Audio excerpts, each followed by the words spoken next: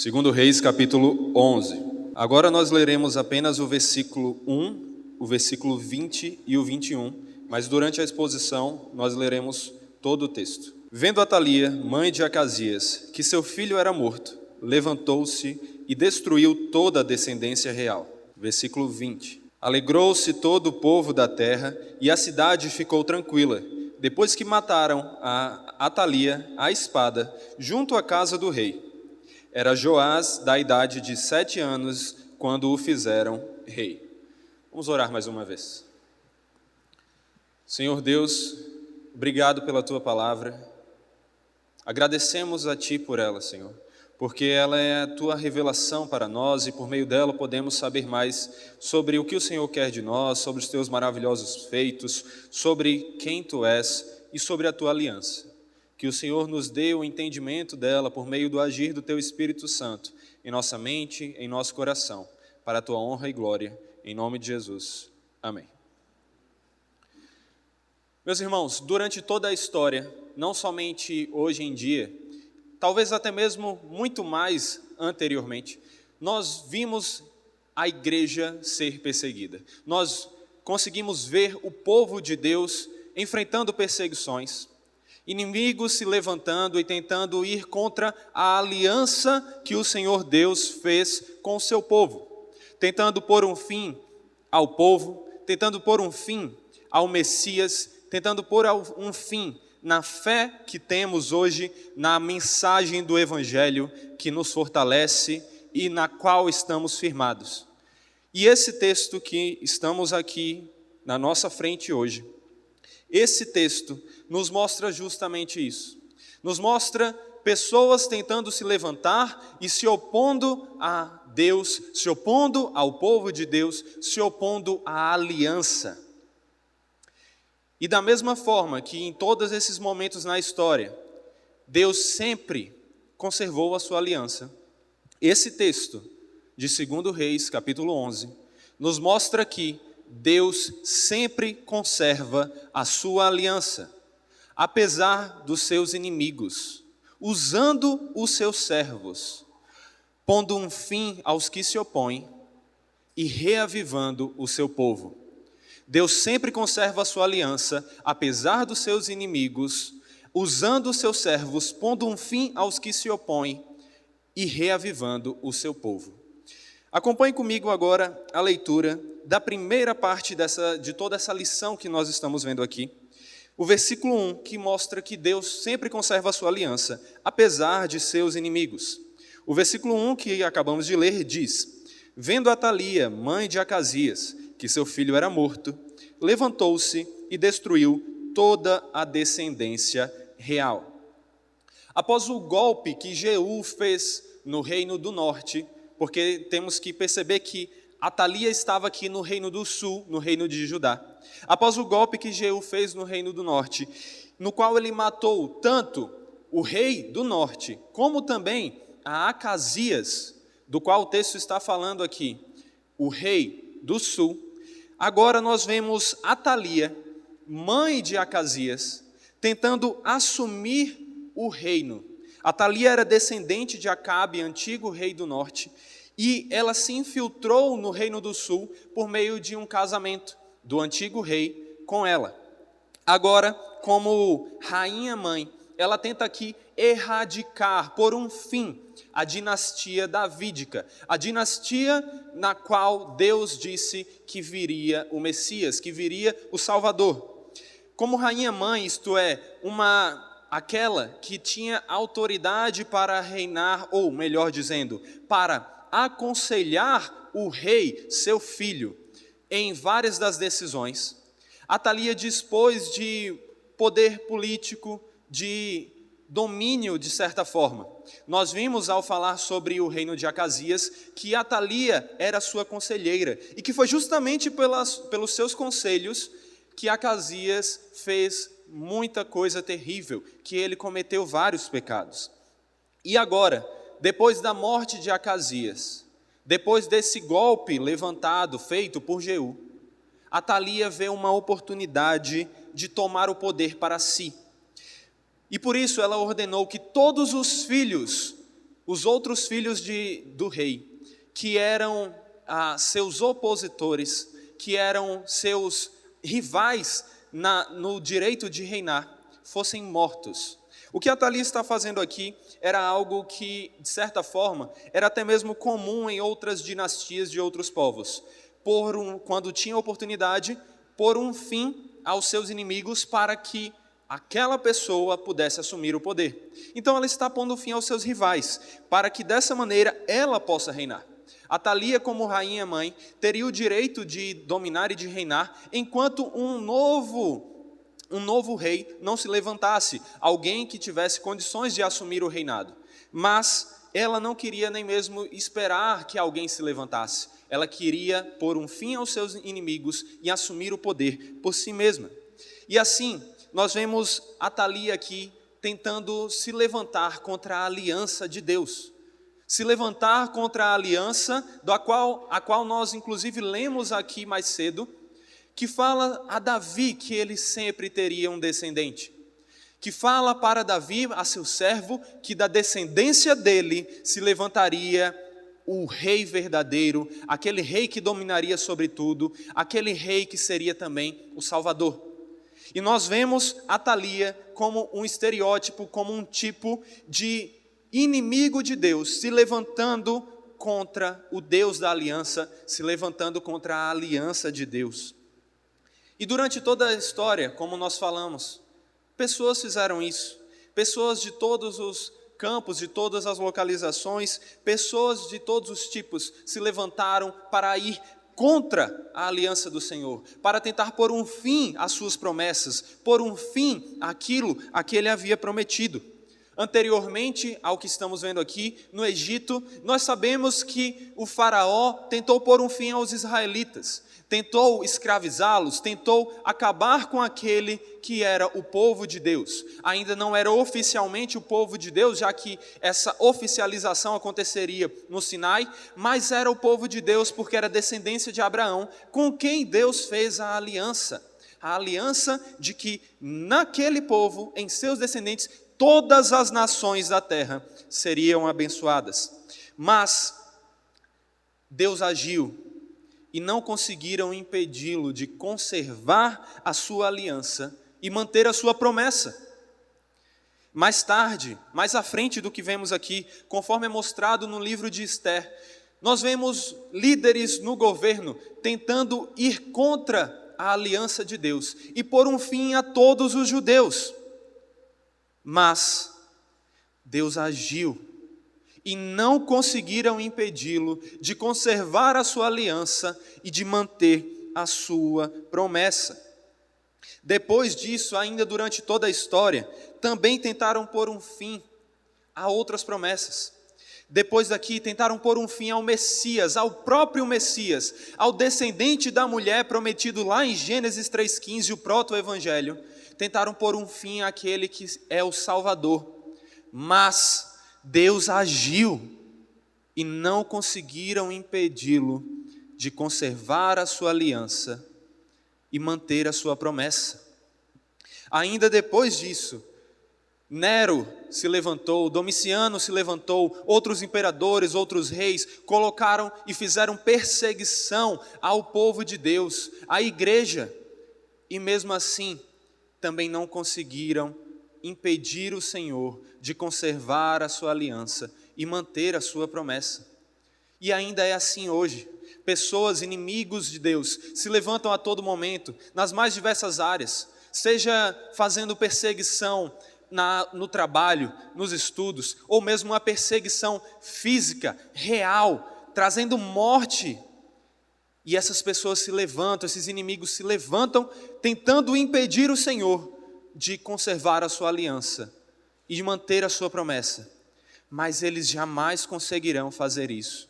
Jamais conseguiram e não conseguem de forma alguma. Porque Deus sempre conserva a sua aliança, apesar dos seus inimigos. E não somente isso, Deus sempre conserva a sua aliança usando os seus servos. Acompanhe comigo agora esse ensino que vai do versículo 2 ao 12. Vamos ver agora os versículos 2 e 3. Mas Jeoseba filha do rei Jorão, e irmã de Acasias, tomou a Joás, filho de Acasias, e o furtou dentre os filhos do rei, aos quais matavam, e pôs a ele e a sua ama numa câmara interior, e assim o esconderam de Atalia, e não foi morto. Joseba o teve escondido na casa do Senhor 6 anos. Neste tempo, Atalia reinava sobre a terra. Deus não deixou que Atalia conseguisse realizar os seus propósitos, os seus planos, os seus intentos. Por quê? Porque os planos de Deus eram diferentes. Deus havia prometido que a descendência de Davi jamais cessaria. Ele disse que era da descendência de Davi que viria o Messias, que viria Jesus, o Cristo. Assim, ele capacitou e levantou a princesa Jeoseba, que era filha do rei Jeorão, através de outra esposa, que não Atalia, a proteger a Joás, que provavelmente era seu sobrinho, e assim o resgatar da matança que Atalia suscitou. Então, Joás foi levado para viver no templo, escondido da rainha, de forma que essa não o encontrou e não pôde fazer nada contra ele. E assim Deus frustrou aos planos de Atalia. Não é certo, observe aqui, onde ficava essa câmara da qual o texto fala, onde Joás, o último descendente de Davi até então, havia ficado escondido. Os estudiosos medievais tentaram pensar que existia uma espécie de quarto, uma espécie de cômodo, onde os sacerdotes que se aposentavam ficavam, e ali Joás havia sido escondido. Porém, também não temos nada confirmado a respeito disso. O historiador do primeiro século, Flávio Josefo, também teorizou que ele ficou num quarto onde ficavam certos móveis que não estavam sendo usados, como inclusive camas e coisas do tipo. Porém, nas Escrituras nós não vemos nenhuma descrição explícita disso. Então, no final das contas, nós não temos certeza de onde Joás ficou escondido. Mas o que nós sabemos é que Deus o protegeu, que Deus o conservou por meio dos seus servos. E agora, acompanha aí no versículo 4. No 7º ano, depois desses 6 anos nos quais Atalia reinou, mandou Joiada chamar os capitães dos cários e da guarda, e os fez entrar à sua presença na casa do Senhor. Fez com eles aliança e ajuramentou-os na casa do Senhor, e lhes mostrou o filho do rei. Depois de algum tempo, depois que a criança, que realmente no momento da matança era novinho, recém-nascido, havia crescido alguma coisa, depois de alguns anos, nos quais provavelmente Joiada tentou conquistar certos laços políticos, fortalecer-se para poder ir contra a usurpadora, ir contra a inimiga de Deus. Agora, depois desse tempo, Joiada manda que se reúnam pessoas poderosas no sentido político, pessoas que poderiam ajudá-lo a derrubar a Atalia de seu governo pecaminoso. Joiada, a quem o texto mais tarde se refere como sacerdote, tornou-se dessa forma uma espécie de catalisador para restaurar a dinastia davídica e assim fazer com que ela ficasse em seu lugar histórico, fazer com que fosse conservada a aliança de Deus com os seus servos, a aliança de Deus com o seu povo. E é significativo notar que foi justamente um líder religioso que Deus usou para que essa dinastia fosse conservada e que por meio dela, como nós poderemos ver, tanto no sermão de hoje como nos próximos, fosse feita uma restauração religiosa também. Um reavivamento fosse suscitado e assim o baalismo e todo aquele paganismo no meio do povo fosse destruído ou ao menos diminuído. E em grande parte do Oriente Médio é comum que nós víssemos coisas assim, sacerdotes, pessoas de autoridade religiosa terem também certo poder político, certa relevância política. Em Israel, o poder da instituição profética, contudo, era mais forte, ele era mais visível do que os dos sacerdotes. Nós já vimos aqui em todas as últimas pregações a falar dos profetas, vimos sobre Elias, vimos sobre Eliseu, e vimos quanto eles eram respeitados e mesmo diante das autoridades civis. Mas os sacerdotes também tinham certo poder político e, além disso, Joiada não era um simples sacerdote. Em que sentido? No sentido de que ele havia se casado com Jeozeba, que era filha do rei, de forma que assim ele fez uma união político-religiosa, ele conseguiu favores também diante do governo. E esse sacerdote foi levantado por Deus para derrubar Atalia, utilizando assim os comandantes da companhia do exército, e que provavelmente eram da guarda real, e assim fez com eles um pacto, fazendo com que eles jurassem proteção ao novo rei, a quem ele acabou de mostrar a eles, a criança Joás, que até então só tem 7 anos. E dentre esses guardas, também haviam os cários, do qual o texto fala aqui. Os cários eram mercenários da Cária, no sudeste da Ásia Menor. É provável que eles também sejam alguns dos guardas reais que nós vemos sendo descritos na guarda pertencente a Davi.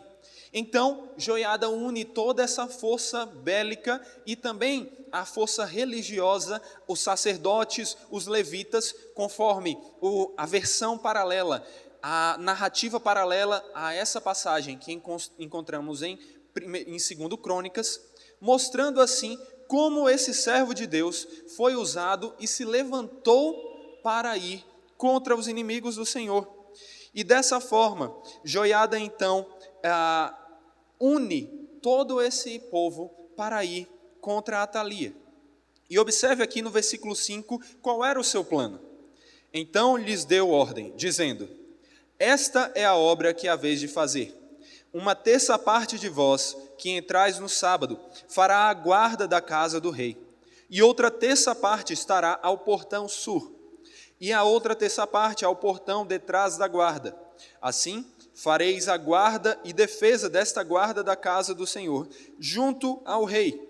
Rodeareis o rei, cada um de armas na mão, e qualquer que pretenda penetrar nas fileiras, seja morto. Estareis com o rei quando sair e quando entrar. O plano de Joiada era que as 5 companhias de sacerdotes se juntassem no templo, pois o golpe deveria acontecer durante a época da troca de guarda, a fim de maximizar o ataque a Atalia. Enquanto isso, os guardas do palácio real e esses outros seriam capazes de proteger o jovem rei, que até então era indefeso por si só, com 7 anos, e ainda mais contra uma rainha perversa.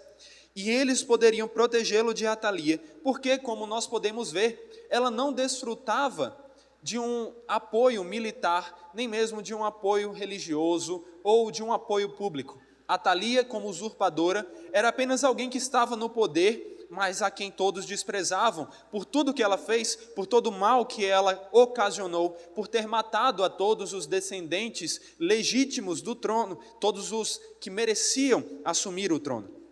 Aqui nós vemos, inclusive, falando dos portões onde essa reunião seria feita.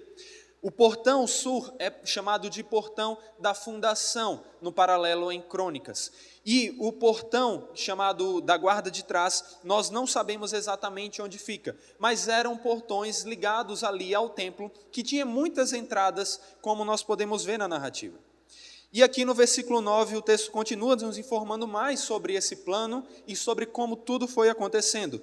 Se até agora mostrando como ele deveria acontecer, agora descrevendo como ele aconteceu. E então o versículo 9 diz: fizeram, pois, os capitães de 100, segundo tudo quanto lhes ordenara o sacerdote Joiada. Tomaram cada um os seus homens, tanto os que entravam como os que saíam no sábado, e vieram ao sacerdote Joiada.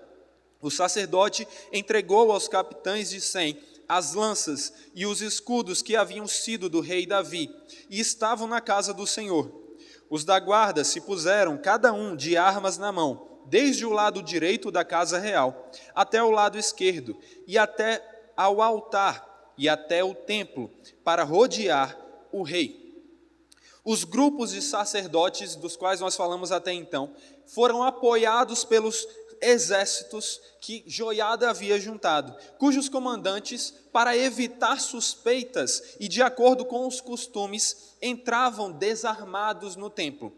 Os homens foram convocados com essa escolta real e seus oficiais armados, e isso é um detalhe interessante que nós analisaremos logo a seguir, e os seus oficiais armados com as armas já existentes no templo. Assim, havia armas suficientes para impedir um ataque a um jovem rei. Mas de onde vinham essas armas? De que armas estamos falando? Afinal, tinham armas no templo? O que não sabemos ao certo é justamente isso, onde essas armas estavam armazenadas, porque não há menção a um depósito, a um arsenal no templo, pela narrativa das Escrituras. Provavelmente elas eram peças cerimoniais usadas pelo rei nas procissões e mantidas em exibição. E é possível também que elas incluíssem armas importantes que foram capturadas durante as guerras, como provavelmente a espada de Golias, que Davi inclusive usou. E usando de todas essas armas, o palácio estava cercado em todos os lados e protegido, para proteger assim ao rei Joás, aquele pelo qual viria o Messias, do descendente verdadeiro de Davi. E o versículo 12 segue: Então Joiada fez sair o filho do rei, e pôs-lhe a coroa, e lhe deu o livro do testemunho. E o constituíram rei, e o ungiram, e bateram palmas, e gritaram: Viva o rei! Esse capítulo, como nós podemos observar, inclui um dos relatos mais exclusivos e completos da coroação de um rei israelita, de um rei de Judá. Após a unção, que era uma característica praticamente que exclusiva da dinastia davídica, a coroação foi seguida por uma cerimônia formal de aliança no templo.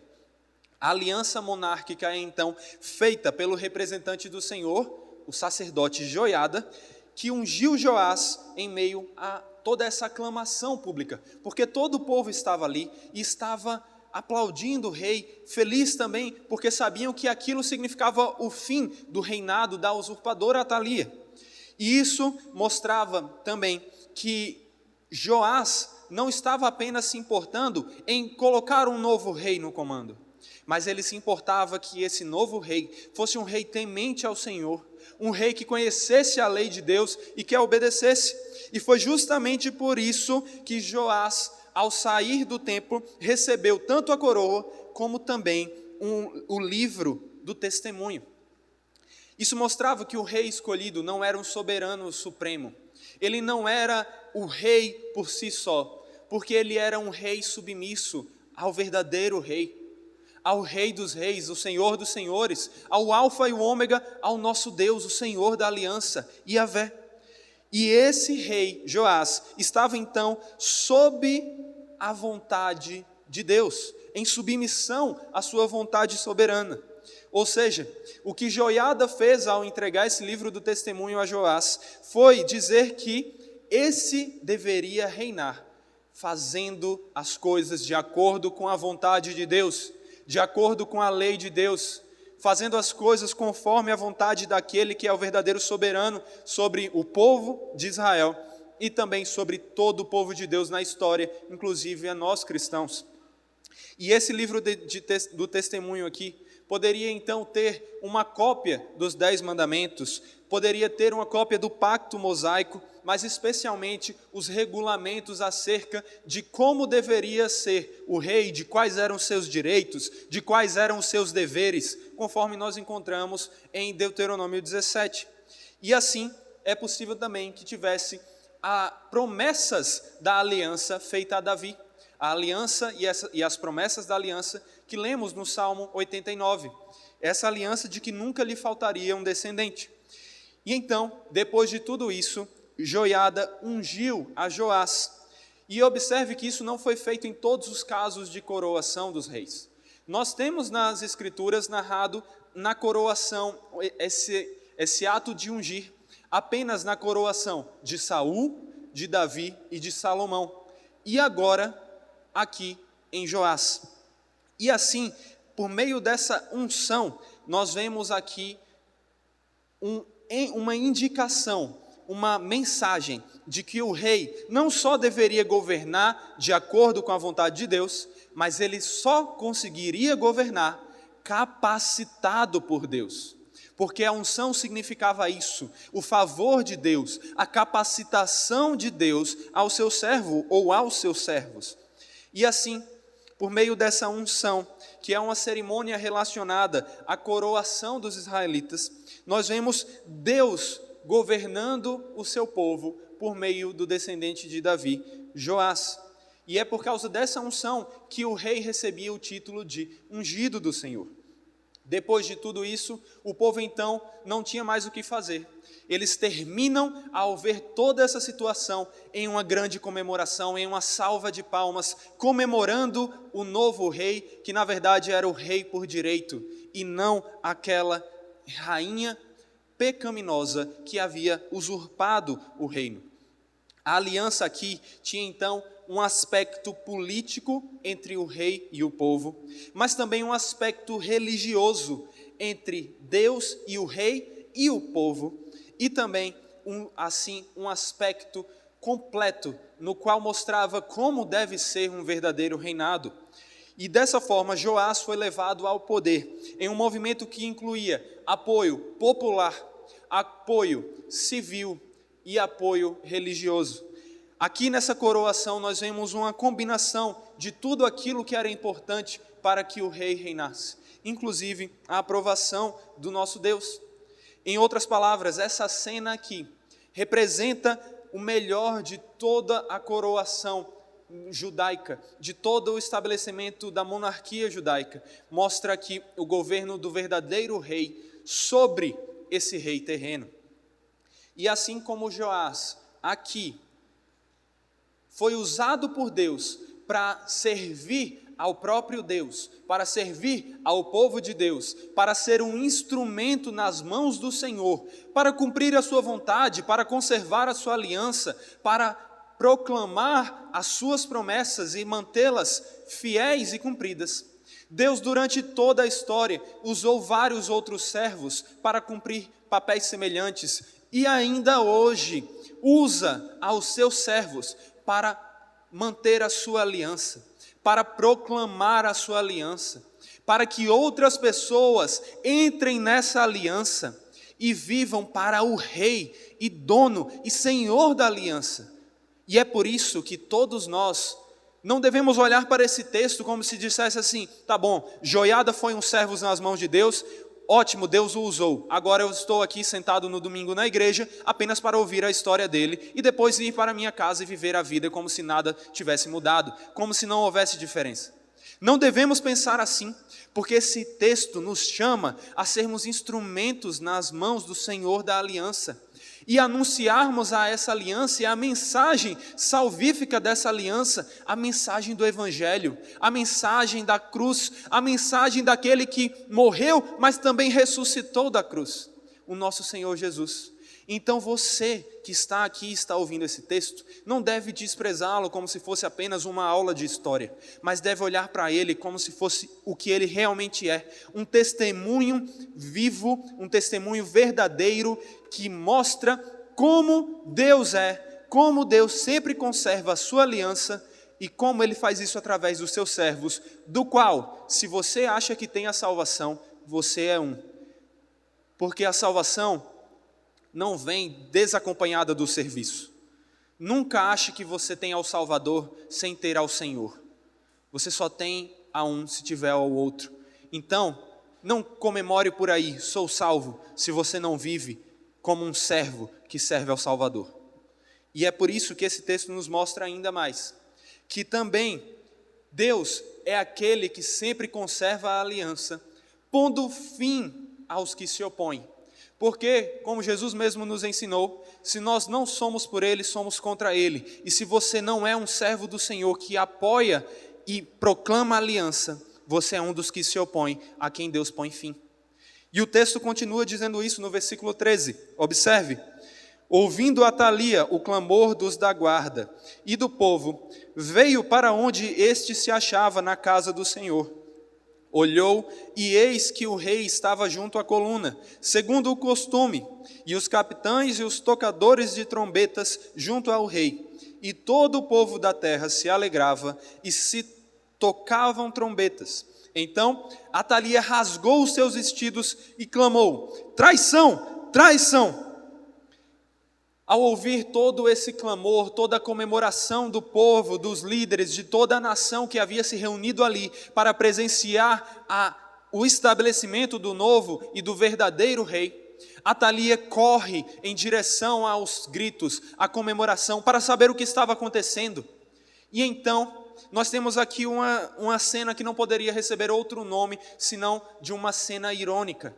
Porque vemos aqui a usurpadora, vemos aqui a traidora olhar para tudo aquilo e gritar: traição, traição. E rasgar então seus vestidos, como era o costume em um momento de lamentação, rasgar as suas vestes. Atalia olha para aquela cena e, ao invés de perceber que ela havia sido desmascarada, que agora ela ia receber o que ela merece, ela achava que ela estava sendo traída, que ela merecia o reinado, que ela merecia o poder. E então acha que as autoridades que estavam ali reunidas, ao invés de comemorar a subida do rei Joás ao trono, deveriam ir contra ele, que era o traidor, contra a Joiada que havia suscitado e levantado todo aquele movimento e colocado um fim a ele. Mas de forma ainda culminantemente irônica, quem grita por traição é reconhecida como traidora e encontra um fim que um traidor merece. Porque Joiada, então, sabendo de tudo que Atalia havia feito, de todas as mortes que ela havia suscitado, de todo o mal que ela havia ocasionado, manda que a capturassem e então a matassem. E onde nós vemos isso? É justamente nos versículos seguintes. Porém, versículo 15, porém o sacerdote Joiada deu ordem aos capitães que comandavam as tropas e disse-lhes: fazei-a sair por entre as fileiras. Se alguém a seguir, matai-o à espada, porque o sacerdote tinha dito: não a matem na casa do Senhor. Lançaram mão dela, e ela, pelo caminho da entrada dos cavalos, foi à casa do rei, onde a mataram. Após ter visto o rei Joás ali entre os pilares que provavelmente são aqui citados, o Jaquim e Boaz, os pilares que eram um símbolo, reconhecidos como símbolo da aliança, no qual o rei estava ali em uma posição destacada no templo. Atalia grita traição, mas encontra, na verdade, a sua punição. E é então arrastada para fora do templo, para que a casa de Deus, a santa casa de Deus, não fosse profanada pela morte dela. E é levada pelo caminho dos cavalos, o caminho onde os cavalos entravam na cidade, para encontrar o seu castigo, a sua recompensa, aquilo que merecia, a recompensa pelos seus pecados, o salário dos seus pecados, a morte. E então, assim como foi durante toda essa história, nós vemos aqui os que se opõem a Deus, até mesmo tendo algum momento de destaque, parecendo que estão vencendo, parecendo que estão intocáveis, mas no fim, Deus sempre põe um fim aos que se opõem a Ele, se opõem à sua aliança, se opõem ao seu povo. Da mesma forma aconteceu com Faraó anteriormente. Se opôs ao povo de Deus, à aliança do Senhor, à palavra que o próprio Deus, o Eu Sou, o Iavé havia dito, e então encontrou o seu fim naquelas águas, daquele mar onde Deus fez o milagre para salvar o seu povo, mas também pôs um fim aos seus inimigos, aos que se opunham a ele. E agora, nós vemos aqui isso acontecer também com Atalia, como também vemos depois no livro de Esther, as pessoas que haviam se levantado para matar os judeus, encontrando o fim naquilo que eles haviam levantado e construído para que fosse a ferramenta do fim dos judeus. Nós vimos assim também durante toda a história, e ainda veremos, porque da mesma forma que aconteceu desde o início, aconteceu durante a história, acontecerá também no final, porque o mesmo Deus que pôs um fim a Atalia, pôs um fim a Faraó, pôs um fim a todos aqueles que se levantaram contra ele, é aquele que colocará um fim definitivo ao pecado, aos seus resultados, aquele que é o seu rei, ao Satanás, àquele que levanta-se contra o povo de Deus, o enganador e até mesmo a própria morte. Porque sabemos, conforme a Bíblia nos revela, que todos estes encontrarão um fim, até mesmo a morte, que é o último inimigo que será destruído, mas que será destruído, porque aquele que começou a boa obra em nós, há de completá-la até o dia de Cristo Jesus, há de pôr um fim aos que se opõem ao seu povo, e há de pôr um fim a Satanás, a morte e a todos os seus demônios. E assim, meus irmãos, podemos descansar nessa mensagem, podemos descansar sabendo que Deus é aquele que põe um fim aos que se opõem a nós, servos dele. Podemos saber que a vingança não pertence a nós, porque o Deus verdadeiro, o Deus da justiça, ele sim cumpre a sua justiça, e ele põe fim aos que se levantam contra ele. E então, vemos aqui justamente Deus mostrando que a esses a quem ele põe um fim, depois de pôr um fim a eles, ele também reaviva o seu povo, porque o Deus que sempre conserva a aliança, reaviva o seu povo, conforme nós vemos nos últimos versículos, do versículo 17 ao 21, diz assim o texto, no versículo 17, acompanha aí, Joiada fez aliança entre o Senhor e o rei, e o povo, para serem eles o povo do Senhor, como também entre o rei e o povo, tendo posto um fim à usurpadora e estabelecido o legítimo rei ali no trono, as coisas estavam mudando para o povo de Deus. Agora o descendente remanescente de Davi assumiu o seu trono, o usurpador foi morto, e a renovação, a restauração religiosa, o culto verdadeiro a Deus estava então começando a ser restaurado. Joiada concluiu aqui o seu plano, que havia sido também de derrubar a Atalia, mas não somente disso, ele conclui aqui o seu plano, ligando o povo a Deus, estabelecendo a aliança entre Deus e o rei e Deus, e entre o rei, Deus e o povo, porque é isso que nós vemos, é isso que é importante, essa aliança com Deus, essa aliança com aquele que é o Criador, que é o sustentador da vida. E então nós vemos o texto dizer, aqui o que seria no original, literalmente, que Joiada cortou a aliança, o que indica justamente que a aliança foi estabelecida como era seu costume. A aliança foi estabelecida como anteriormente havia sido feita, e o pacto foi feito entre Deus e o seu povo, como antes com Davi, e mais tarde com o rei Josias, que veremos aqui, cuja história veremos aqui também. Nós vemos aqui um retorno do povo a Deus e um abandono do pecado. Nós vemos aqui a verdadeira adoração ao Yahvé, ao único que merece adoração, sendo estabelecida. O povo e o rei deveriam viver não simplesmente felizes porque, agora as coisas estão boas, o governador, o presidente, o líder daqui dessa nação, ele é um rei bondoso, ele é um líder bondoso, e agora eu consigo trabalhar, eu consigo estudar, minha vida está ótima. Não somente isso, porque se tudo isso estiver estabelecido, ainda que tenhamos inclusive nos dias de hoje uma nação onde a paz reine, se não houver paz com Deus, não há paz de forma nenhuma. A paz será apenas uma ilusão, porque o que é ter paz com um rei, paz entre um povo, se não há paz com aquele que é criador e sustentador tanto do rei como do povo? E assim, nós vemos aqui Joiada mostrando essa lição e ensinando ao povo que essa renovação da aliança era necessária. Era necessária porque os reis anteriores haviam se pervertido, haviam abandonado ao verdadeiro Deus, haviam se afastado do Senhor e servido a Baal. E aqui, nós vemos então o Senhor assumindo o seu lugar, o Senhor voltando, ou melhor dizendo, de forma mais clara, assumindo aquilo que Ele sempre está, o controle de todas as coisas, porque Deus está no controle a todo momento, mas Ele também estava agora no controle mais visível, de forma mais visível por meio do seu servo, por meio do descendente de Davi, o rei Joás. E a aliança entre Deus e o rei é uma renovação então dessas promessas feitas a Davi. O reinado de Atalia havia interrompido a dinastia davídica, porque ela havia tentado colocar um fim a ela e havia reinado sozinha durante 6 anos. Mas agora nós vemos Joiada sendo usado como um servo de Deus para que levantasse pessoas para pôr um fim a esse inimigo do Senhor. E aqui encontrarmos então um reavivamento do seu povo.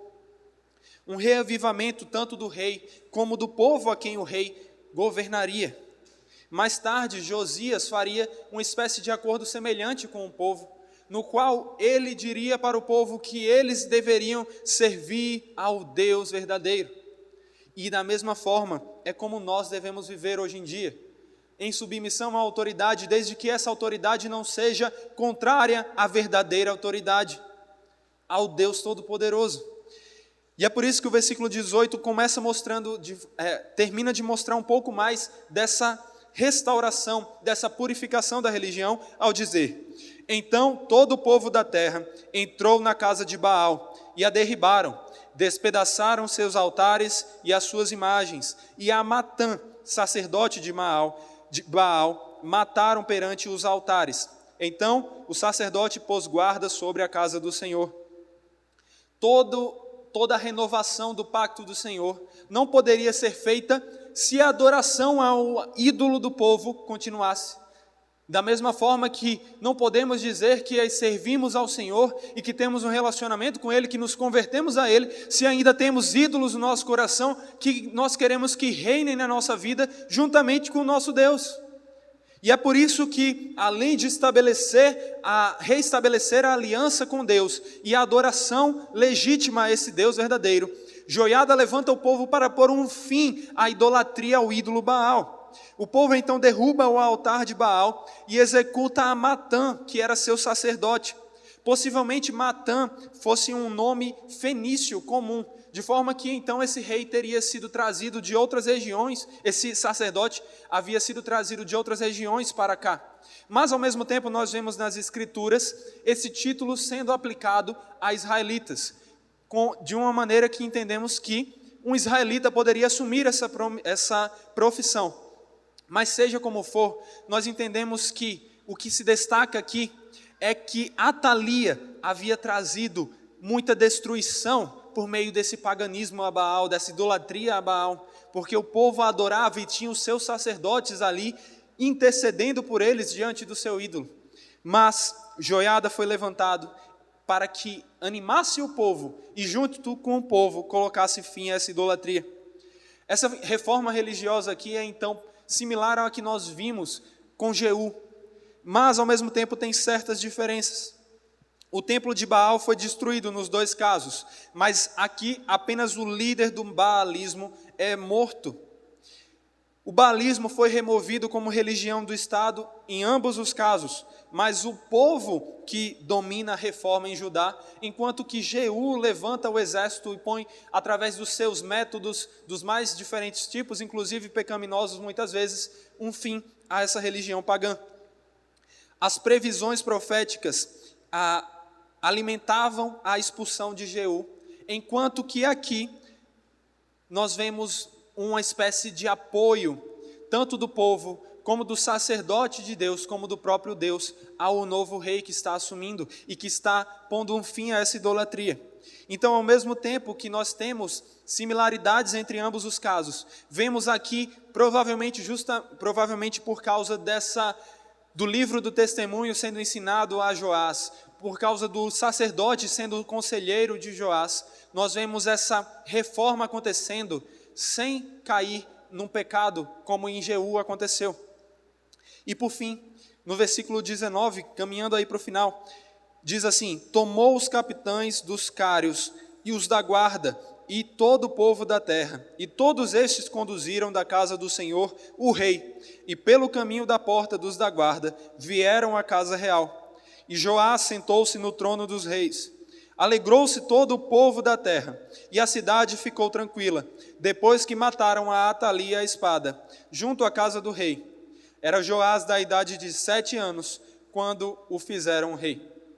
Após tudo isso, todo esse trabalho, terminamos aqui toda essa cena numa espécie de desfile real. Um desfile onde todos os apoiadores de Joás, apoiadores do sacerdote Joiada, vêm comemorar tanto o estabelecimento desse novo rei, esse rei que agora governaria temente ao Senhor de acordo com a vontade dele, assim deveria fazer, como também o fim de Atalia, aquela rainha usurpadora que havia enganado o povo, que havia matado os descendentes de Davi, e não todos, somente porque Deus havia protegido o seu descendente para conservar assim a sua promessa.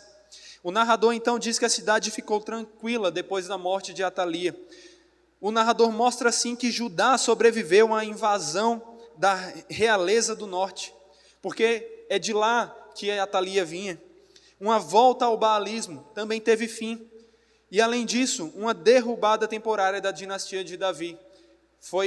A dinastia foi levantada novamente, porque Deus usou os seus servos e propôs e trouxe aqui um reavivamento ao seu povo. Agora em silêncio, o povo está em adoração a Yahvé. O sacerdócio e a aliança davídica estão estabelecidos. Mas a pergunta que fica é: quanto tempo durará esse silêncio? Quanto tempo esse rei de 7 anos iria governar? Será que ele iria governar de uma maneira realmente fiel? Ou havia sido tudo apenas uma comemoração antecipada que no final se mostrava frustrada? É isso que nós vamos ver nos próximos sermões. Mas o que nós podemos concluir aqui é que Deus é aquele que sempre conserva a sua aliança, trazendo reavivamento ao seu povo. E agora eu pergunto a você: você faz parte do povo de Deus? O seu coração, ele foi reavivado para a glória de Deus? O seu coração que estava duro feito pedra, morto em seus delitos e pecados, recebeu vida, de forma que agora você vive com todas as suas forças para a glória desse Deus, servindo a esse Deus com todas as suas forças, com toda a sua capacidade, sua dedicação, seus esforços, amando a esse Deus de todo o coração, de toda a alma, de todo entendimento, de todas as suas forças, com todo o seu ser? Ou que você tenha apenas um falso reavivamento? Um reavivamento que não foi causado então por Deus. Um reavivamento que foi causado apenas por aparências, por achar que o cristianismo traz soluções a problemas terrenos que você tinha. Um reavivamento que na verdade é fogo de palha, é falso. Seu coração foi avivado pelo Espírito regenerador, pelo Espírito que transforma. As suas ações demonstram que você se converteu ao Senhor e vive para a glória dele? Ou como já disseram, as coisas para as quais você tem vivido valem pelas quais Cristo morreu? A sua vida vale pelo que Cristo morreu? É isso que você deve refletir aqui. Porque Deus sempre conserva a sua aliança, apesar dos seus inimigos, usando os seus servos, pondo fim aos que se opõem e reavivando o seu povo. Mas se você não faz parte do povo de Deus, você não será um dos servos que será usado,